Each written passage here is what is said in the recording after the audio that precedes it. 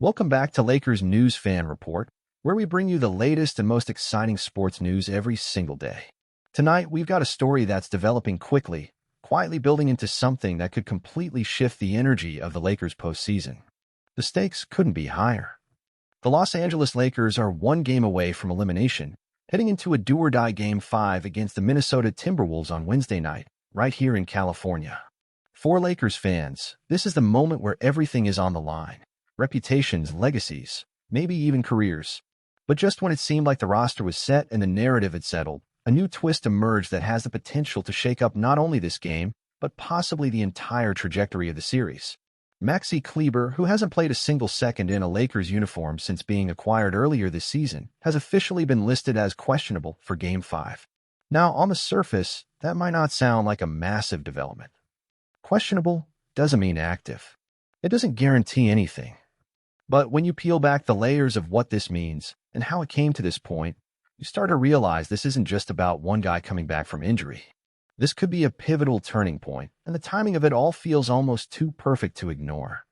Kleber has been out of action since January 25th, dealing with a significant foot injury that required surgery.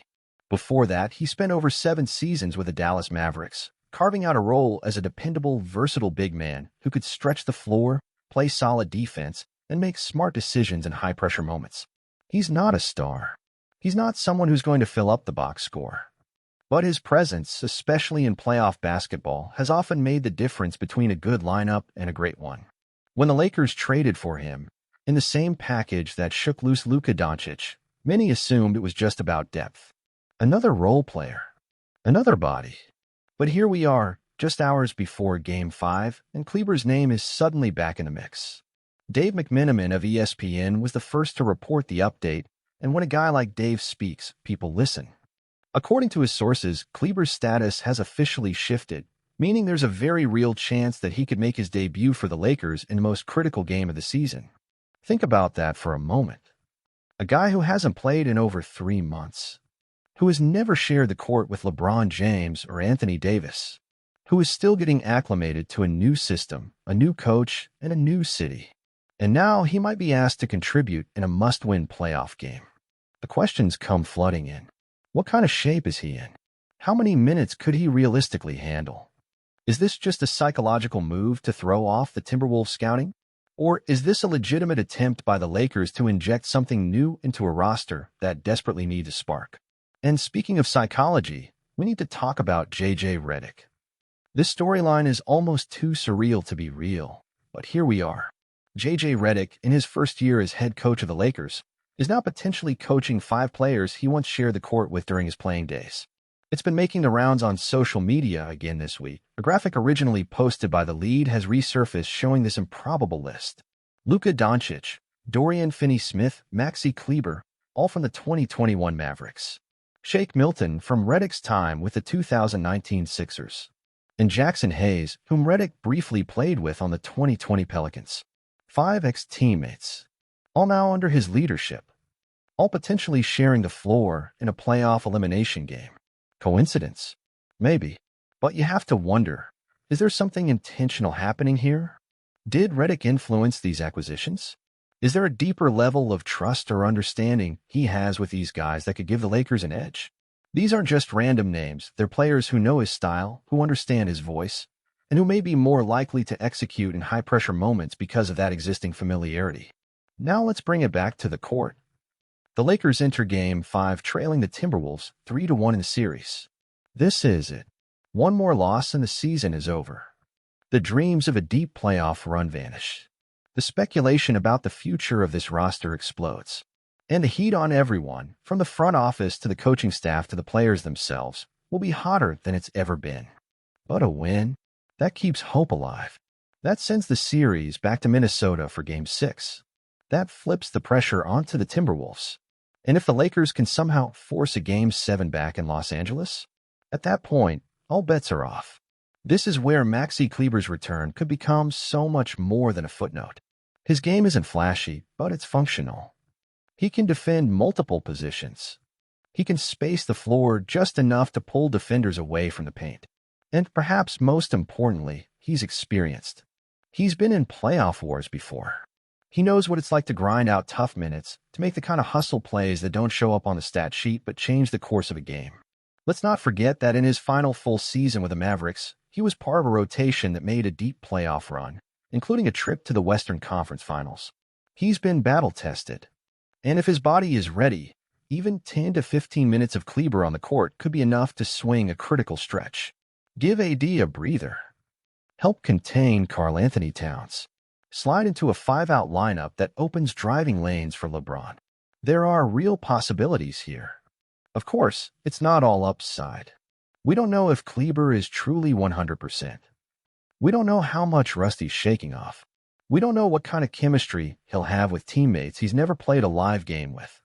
But in a must-win scenario, sometimes the element of surprise can be your greatest weapon. Sometimes the unknown is better than the known. And right now, the Lakers' known formula hasn't been working. This is where Redick may be playing the long game.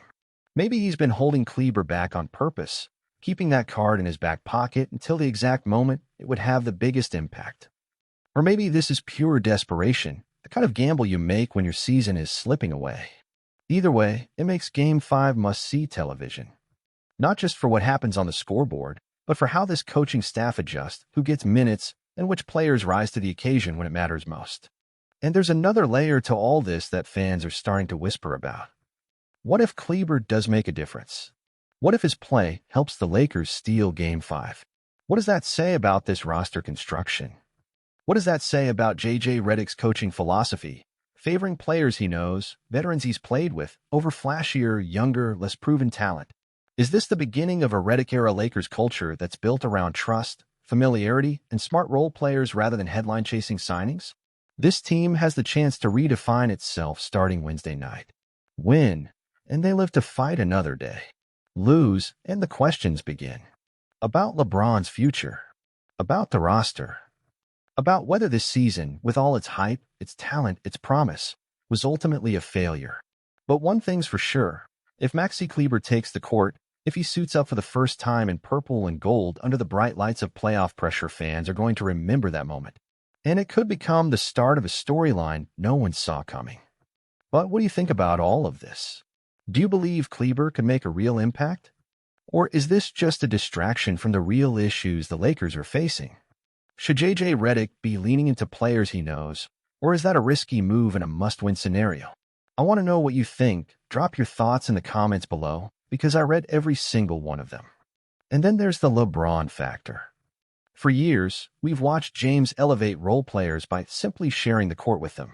He has an uncanny ability to draw the best out of guys who know how to play within themselves, players who don't try to do too much, who make the right pass, who rotate on defense, who understand spacing. Kleber fits that mold perfectly. He doesn't need the ball in his hands to be effective, and that could make him an ideal complementary piece next to the Lakers' two stars. What makes this situation even more intriguing is that Redick might be banking on familiarity as much as talent. Coaching in the NBA is as much about relationships as it is about X's and O's. When you trust a player, when you've literally shared a locker room and battled opponents together, there's a level of communication that goes beyond schemes. Redick might not have a championship ring, but he knows what playoff pressure feels like. And he knows what kind of mental toughness it takes to perform in these moments. He sees that in Kleber. That's not nothing. Of course, we can't ignore the elephant in the room. The Lakers' recent performances haven't exactly inspired confidence. They've struggled to find consistency, especially with their bench units.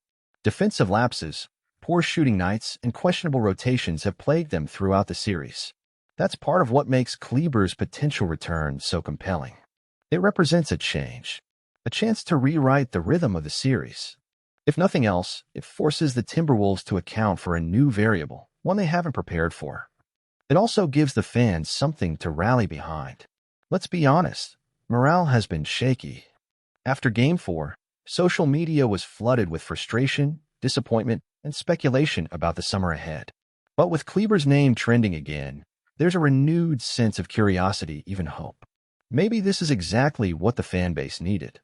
Not just a reason to believe, but a reason to feel something different heading into Game 5. Because in sports, momentum isn't just about performance. It's about energy. It's about belief. And Kleber's skill set really does address several of the Lakers' most pressing issues.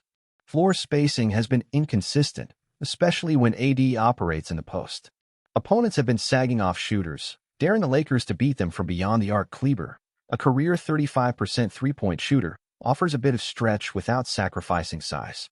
That could unclog the paint just enough to free up driving lanes for LeBron or Rui Hachimura, something LA desperately needs if it wants to generate easy buckets.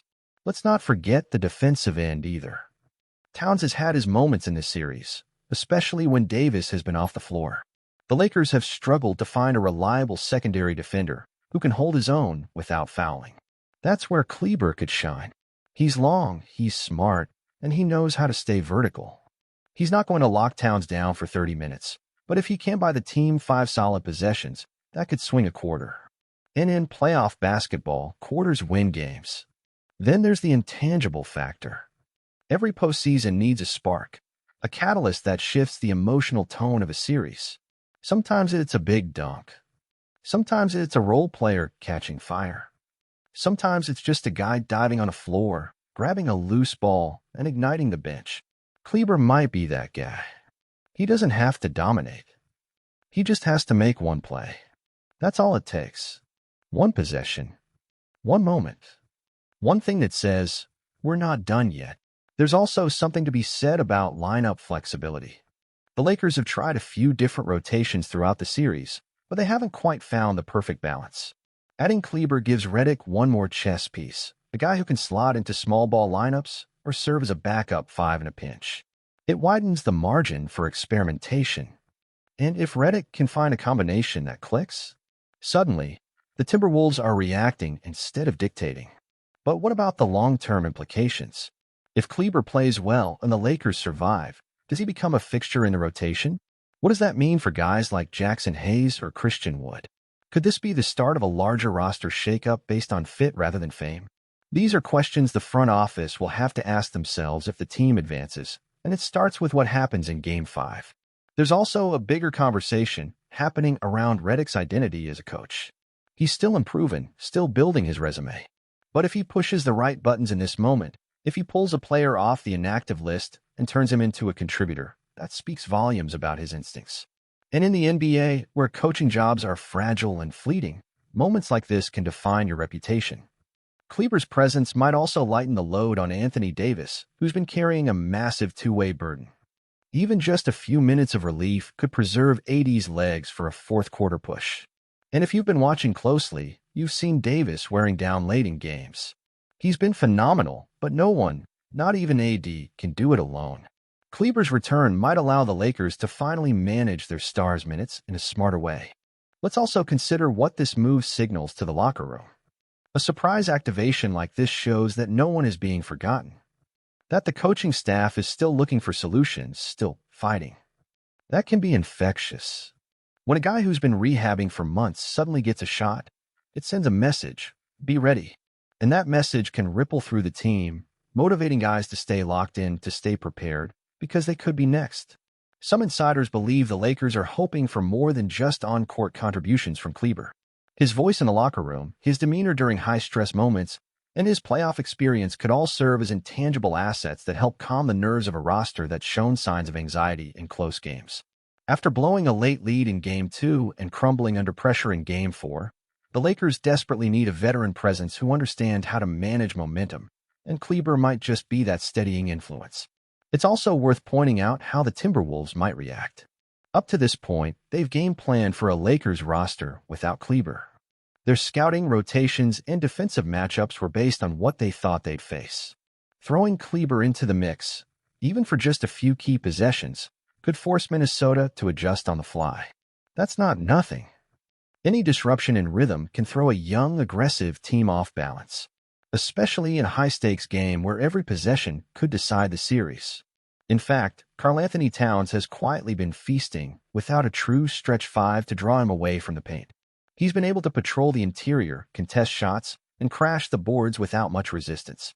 But if Kleber checks in and starts spacing the floor with high pick-and-pops or corner threes, that dynamic changes.